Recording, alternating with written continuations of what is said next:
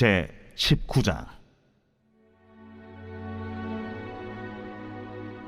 여호와께서 모세와 아론에게 말씀하여 이르시되, 여호와께서 명령하시는 법의 율례를 이제 이르노니 이스라엘 자손에게 일러서 온전하여 흠이 없고 아직 멍에 매지 아니한 붉은 암송아지를 내게로 끌어오게 하고 너는 그것을 제사장 엘라살에게 줄 것이요 그는 그것을 진영 밖으로 끌어내어서 자기 목전에서 잡게 할 것이며 제사장 엘라살은 손가락에 그 피를 찍고 그 피를 회막 앞을 향하여 7번 뿌리고 그 암소를 자기 목전에서 불사르게 하되 그 가죽과 고기와 피와 똥을 불사르게 하고 동시에 제사장은 백향목과 우슬초와 홍색 실을 가져다가 암송아지를 사르는 불 가운데에 던질 것이며 제사장은 자기 옷을 빨고 물로 몸을 씻은 후에 진영에 들어갈 것이라.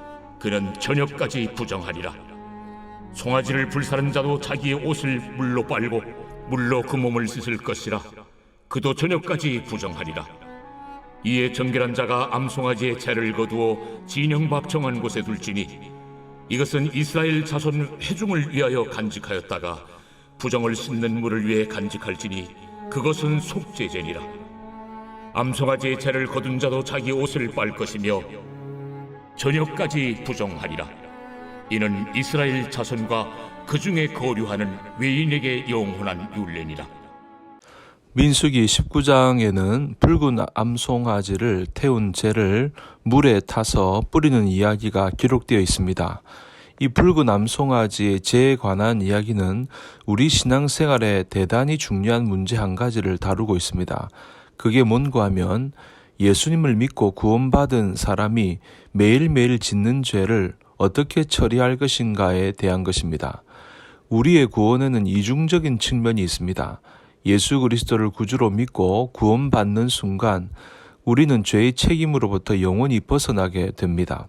결코 지옥에 떨어질 수 없는 존재가 되는데 이것을 가리켜서 칭의의 구원, 칭의의 구원이라고 말합니다. 다시 말해 예수 그리스도를 구주로 믿게 되면 기본 구원을 받습니다. 그런데 우리의 구원은 천국 갈 기본 구원으로 끝나는 것이 아니죠. 우리의 삶은 늘 죄의 영향력 가운데 있기 때문에 우리가 비록 천국 갈 사람이고 하나님께서 우리를 의롭다고 칭해 주셨지만 수시로 죄에 넘어지게 됩니다. 그러므로 우리는 현재의 삶 가운데서 죄의 영향력으로부터 벗어나서 성화의 과정을 거쳐야 하는 겁니다. 따라서 사람이 죄로부터 차츰차츰 벗어나서 성화의 과정을 통해 거룩하게 되고 천국에서도 많은 상급을 받는 사람이 됩니다. 반면에 우리가 매일 짓는 죄를 제대로 처리하지 않는다면 천국에 가도 조그만 상급을 받을 수밖에 없을 것입니다. 그러므로 우리는 매일 짓는 죄를 제대로 처리해야 합니다. 이것을 제대로 처리하지 않으면 영적으로 큰 손실을 보게 될 것입니다. 예를 들어서 다윗과 같은 사람은 하나님의 백성이요 천국에 간 사람이지만 그의 삶 가운데도 죄가 있었습니다. 그러나 다윗이 그 죄를 그대로 내버려 두지 않고 그 죄에서 벗어났습니다. 그래서 하나님께 더욱 귀하게 쓰이고 천국에 큰 상급을 쌓는 사람이 된 것입니다. 다윗은 밧세바와 간음을 하고 그 남편 우리아를 전쟁터에 보내서 간접적으로 살인을 했습니다. 그러나 자기의 죄를 깨달은 다윗은 시편 32편 4절의 고백처럼 마치 몸의 모든 진액이 여름 가뭄의 마름과 같이 고통스러웠습니다. 만약에 다윗이 계속해서 그런 죄악의 상태에 머물러 있었다고 한다면 그는 영적으로 큰 손실을 보았을 것입니다. 그러나 다윗은 속히 회개합니다. 나단 선지자의 책망을 받고 쓴 것이 시편 51편 아닙니까? 이후에 죄를 씻음받고 하나님과 바른 관계를 유지함으로 왕으로서 하나님의 종으로서 큰 업적을 남긴 것입니다. 이와 같이 우리가 구원받은 하나님의 자녀라 할지라도 매일 죄의 오염을 처리하지 않으면 우리는 때때로 영적 침체와 인생의 좌절에 빠질 수도 있을 것입니다.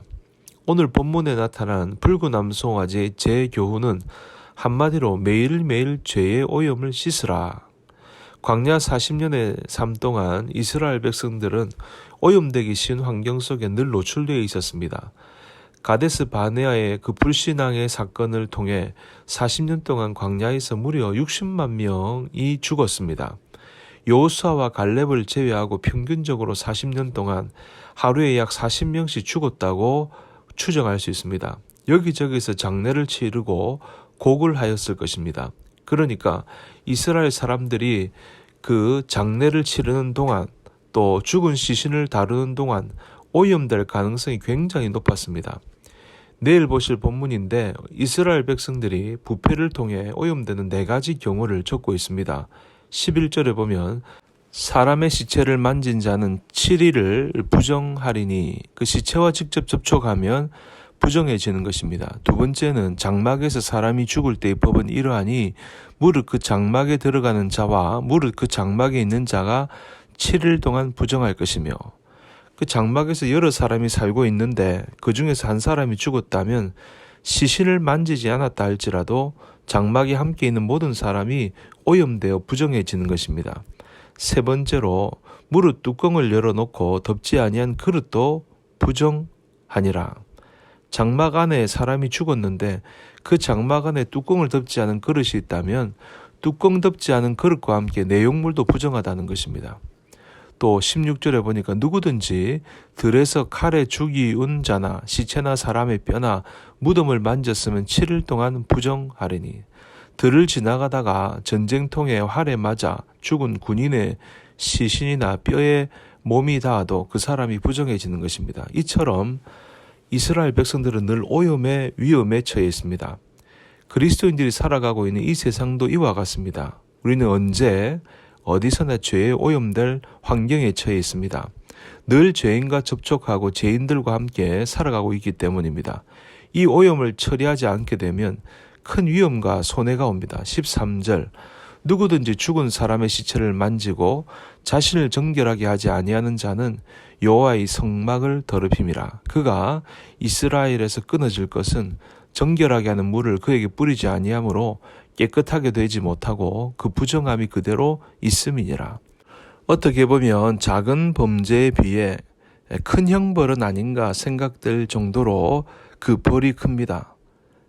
하나님께서 왜 이렇게 사소한 부정에 큰 벌을 명하셨을까? 우리에게 강한 메시지를 심어주기 위함입니다. 성도들이 이 세상에서 죄에 오염된 채로 살면서도 그 부정을 날마다 처리하지 않으면 그것은 위험천만한 일이고 엄청난 손해를 초래하는 일이라고 하는 것을 말해주는 것입니다. 기본 구원은 상실하지 않는다 할지라도 우리가 성화되어 가는 과정에 큰 손해를 보게 된다는 것을 강한 어조로 말하는 것입니다. 그렇다면 여러분, 이스라엘 백성들은 시체 오염되었을 때 그 오염을 어떻게 처리했을까요? 붉은 암송아지를 태워서 그 죄를 받은 후에 흐르는 물을 취하고 그 죄를 물에 타서 우슬초로 찍어 정한 사람이 부정하게 된 사람에게 뿌렸습니다. 성경에는 기록되지 않았지만 이스라엘의 문헌을 참고할 때 일주일 동안 부정하기 때문에 제3일과 제7일에 각각 7번씩 뿌려서 그 사람이 정함을 잊게 하였습니다. 본문 2절을 보면 여호와께서 명령하시는 법의 율례를 이제 이르노니 이스라엘 자손에게 일러서 온전하여 흠이 없고 아직 멍에 매지 아니한 붉은 암송아지를 내게로 끌어오게 하고, 여기 붉은 암송아지가 태어나면 제사장에게 가져옵니다. 제사장은 붉은 암송아지를 끌고 이스라엘 진영 밖으로 나가고 그 송아지를 끌고 온 사람은 제사장 앞에서 붉은 송아지를 잡았습니다. 그러면 제사장은 그 피를 받은 후에 손가락에 찍어 해막 정문을 향해 7번 뿌렸습니다. 이처럼 붉은 암송아지는 죄도 중요하지만 피도 중요한 역할을 했습니다. 죄로 정결함을 받는다는 것도 중요합니다만은 피가 더욱 중요한 것입니다. 피를 7번 뿌린다는 것은 완전한 속죄를 의미합니다. 붉은 암송아지 피가 죄보다 더 중요하다는 것은 사람이 성화되어 완전한 구원을 이루는 것도 중요하지만 그 이전에 기본 구원을 받는 것이 더 중요하다는 것을 가르쳐 줍니다. 천국에서 우리가 상을 받는 것도 너무너무 중요합니다. 그러나 상 받기 이전에 기본 구원을 받는 것이 필수 요소라는 사실이죠. 이것이 인생에서 결정적으로 중요한 것입니다. 다른 것을 다 실패했다 할지라도 기본 구원만 받았다면 우리는 성공한 사람의 대열에 들게 됩니다. 예수님을 믿지 않는 사람들은 성공해도 실패고 실패해도 실패입니다. 살아도 비참하고 죽어서 더욱 비참한 사람들입니다. 그러나 예수님을 믿는 사람들은 성공하면 성공이고 실패해도 성공입니다. 살아서도 복을 누리고 죽어서도 영원한 복을 누리니 얼마나 감사한 일입니까? 저와 여러분들이 이러한 은혜를 받은 주인공이 된 줄로 믿으시기 바랍니다. 내일은 여기에서 한 단계 더 나아가서 매일매일 우리의 삶에서 일어나는 죄의 문제에 대해서 어떻게 처리해야 될 것인가를 말씀드리겠습니다. 오늘 하루도 귀한 한 날 되시기를 주의 이름으로 축복합니다.